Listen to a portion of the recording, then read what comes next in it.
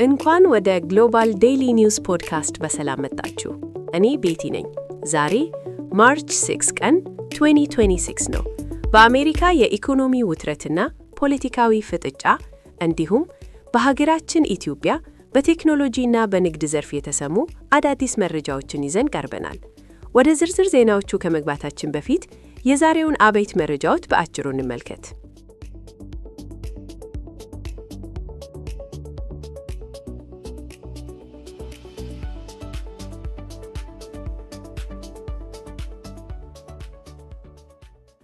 የአሜሪካ የኢኮኖሚ ስጋት። በአሜሪካ የነዳጅና የከብት ስጋ ዋጋ መጨመር የዋጋ ግሽበትን ኢንፍሌሽን አሳሳቢ አድርጎታል። የፖለቲካ ምስቅልቅል። የትራምፕ አስተዳደር በፌዴራል ተጠባቂ ባንክ ፌድ ነፃነት ላይ እያደረገ ያለው ጫና እና የታሪፍ ውዝግብ የገበያ መረጋጋትን እየተፈታተነ ነው። የ2026 አጋማሽ ምርጫ።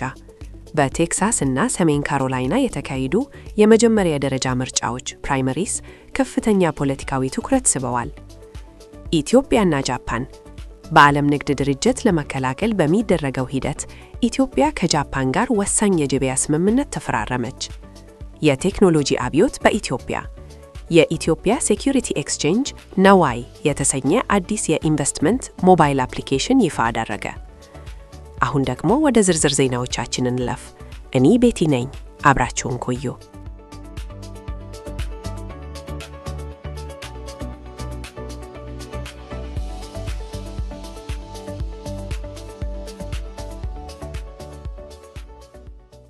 ወደ መጀመሪያው መረጃችን ስናልፍ የትራምፕ አስተዳደር በውጭ ሀገራት ምርቶች ላይ የጣለው ታሪፍ ከ2.1 በመቶ ወደ 11.7 በመቶ ከፍ ብሏል።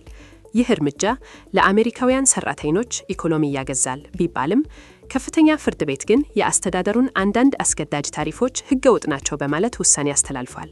ይህም በዋይት ሃውስና በፍትህ አካላት መካከል አዲስ የፖለቲካ ግጭት ቀስቅሷል።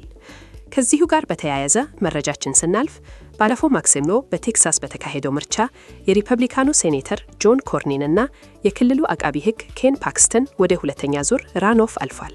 በዲሞክራቶች በኩል ደግሞ ወጣቱ ጄምስ ታላሪኮ አሸናፊ ሆኗል። ይህ ምርጫ ትራምፕ በሪፐብሊካን ፓርቲ ውስጥ ያላቸውን ተሰሚነት የሚለካ መሆኑ ተገልጿል።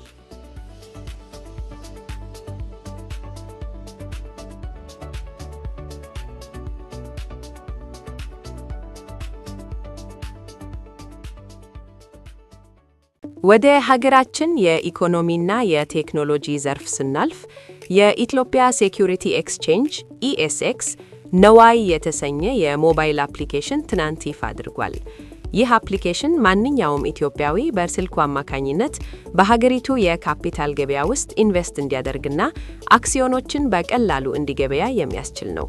ይህም የሀገሪቱን የኢኮኖሚ መዋቅር ወደ ዘመናዊ ዲጂታል ስርዓት ለመቀየር ትልቅ እርምጃ ነው ተብሏል።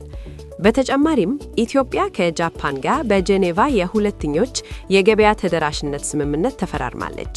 ሀገራችን እስካሁን ከቻይና፣ ሩሲያ፣ ብራዚልና ቱርክ ጋር መሰል ስምምነቶችን ያጠናቀቀች ሲሆን በ2026 አጋማሽ ላይ የዓለም ንግድ ድርጅት ሙሉ አባል ለመሆን ያቀደችውን ግብ ለማሳካት እየተቃረበች መሆኑን የንግድና ቀጠናዊ ትስስር ሚኒስቴር አስታወቀ።